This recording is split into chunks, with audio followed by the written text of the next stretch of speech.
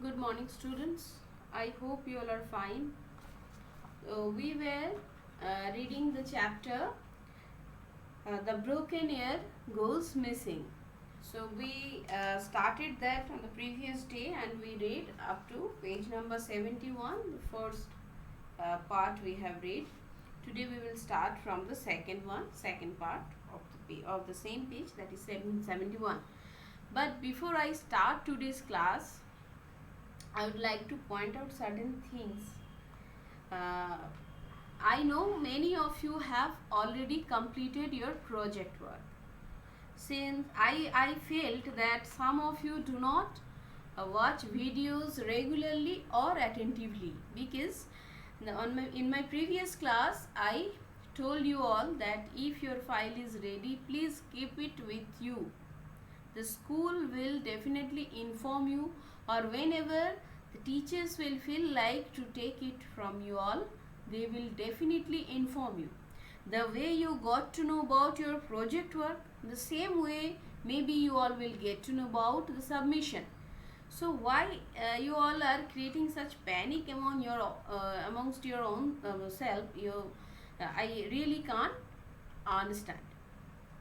Second thing is, when you are sending, it's not applicable for all. I feel in something like we are somehow unable to maybe make our children learn what they should do and what they shouldn't.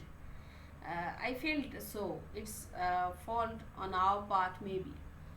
Now it's not applicable for all students. Once again I'm saying, okay, I would like to mention only one or two students. I will not say their names, but you may get a phone number of the teacher from anywhere, no problem. If you send anything, that is also no problem there. I generally tell my students that I am always there for you all. So there also I don't feel any problem. Problem is when you are sending certain things to your teacher, at least you should wish the teacher according to the time of the day.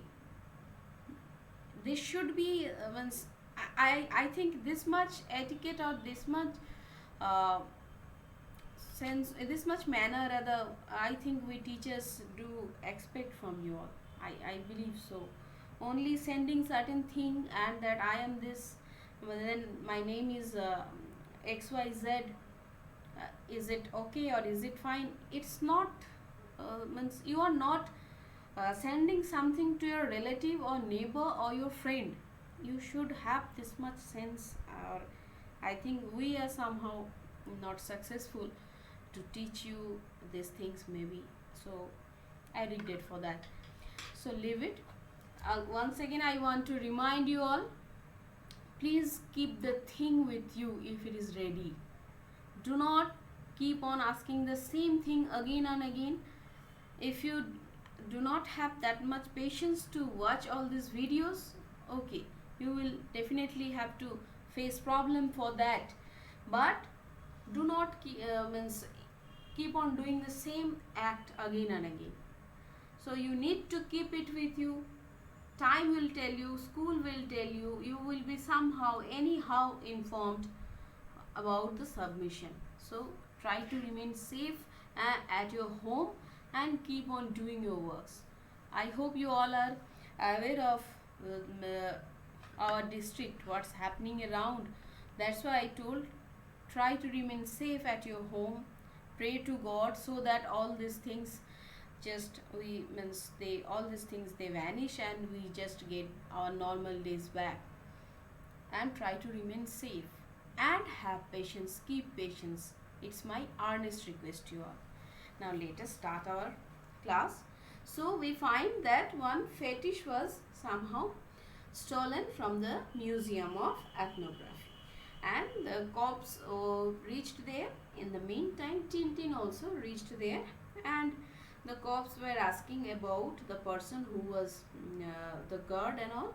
So was he reliable or not? And in such situation, the director, he was thinking, anyway the fetish has, he was informing, anyway the fetish has no intrinsic. I think this one was done on the previous day. Sorry. Now the from the third part we will be doing. Now Tintin to when he reached back home, he was reading the book Travels in the Americas by A.J. Walker, and he was while reading he was uh, thinking and saying that here's something interesting. Listen, Snowy. That day we made the first Arumbas, their copper colored faces framed by long black oily hair. They were armed with long blowpipes with which they can dispatch dirt poisoned with curare. Curare is means it's a substance obtained from the bark and stems of some South American plants. So, are you listening, Snowy? Now he was explaining about Arumbayas, what he has read, and he was sharing it with his pet. Curare, a terrible vegetable poison that paralyzes the respiratory muscles. So it's poisonous. It's some kind of poisonous, and it paralyzes someone's muscles. Oh, Aramba fetish, but that the very one which was stolen means somehow he could connect that the one which was missing, and uh, originally what he has read, these two things, and which one means will be replaced, maybe will not match.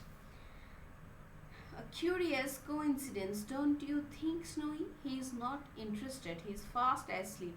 Oh well, I better do the same. So his pet was sleeping, and he wanted to follow the same trend. The next morning, the guard finds something, and he says, "It's a witchcraft." Hello, is that you, Mr. Director, sir? Yes, speaking. Who's calling? Oh, it's you, Sydney. Yes, what? The fetish? Gracious, I'm on my way. So the director was informed that the fetish was in its own place on the next morning.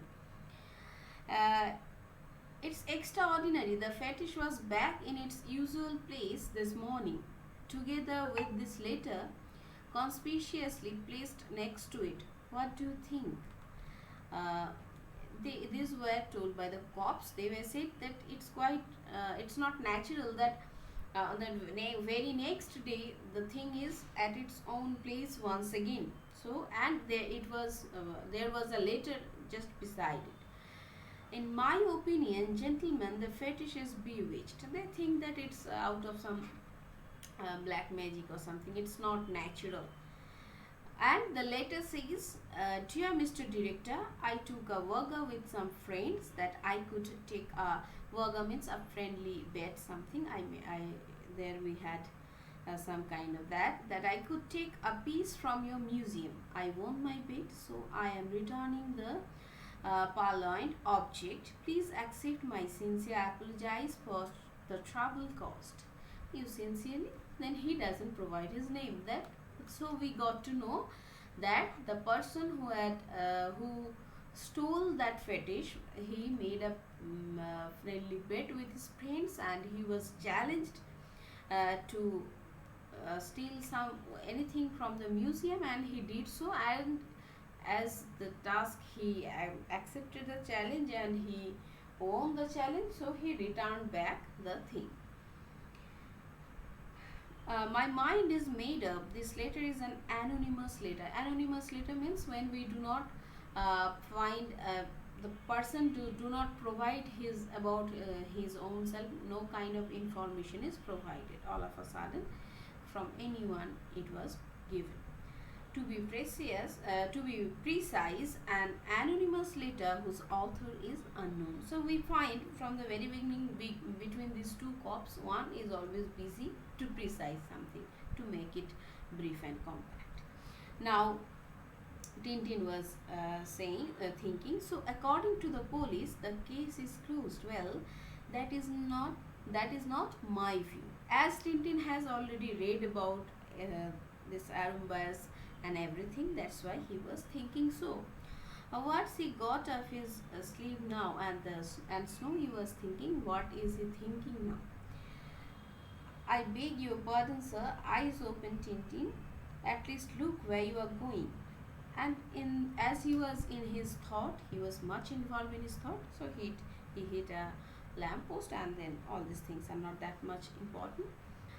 Then am I then the only one who realized that the return fetish is a fake? So Tintin thought that the returned one is fake one, because maybe the person who has stolen it, the person could understand that he will be somehow caught by the police. So if he makes a next plan or second plan, and if he returns it back, the case will be closed.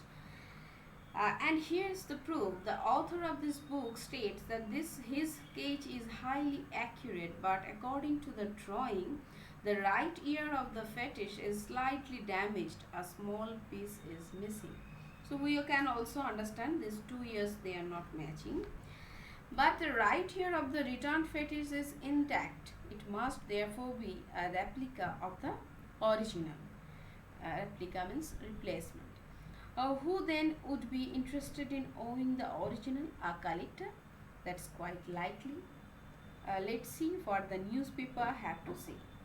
Now, Snowy is saying mockingly, he thinks himself a proper Sherlock Holmes. And the newspaper says, a critical acclaimed article was found dead this morning, overcome by gas fumes in his flat at 21 London Road, according to police. Police broke into the flat after a tenant's call about a strong smell of gas, and seemed to come from a room occupied by Mr. Balthazar, a painter and sculptor. They found an artist dead on his bed. It is thought the victim had forgotten to turn off the tap on his gas stove. Curiously, his pet parrot survived, apparently unaffected by the gas fumes. So Mr. Balthazar had on a number of occasions attracted critical attention with a series of wooden statuettes carved in a manner strongly evocative of primitive sculpture.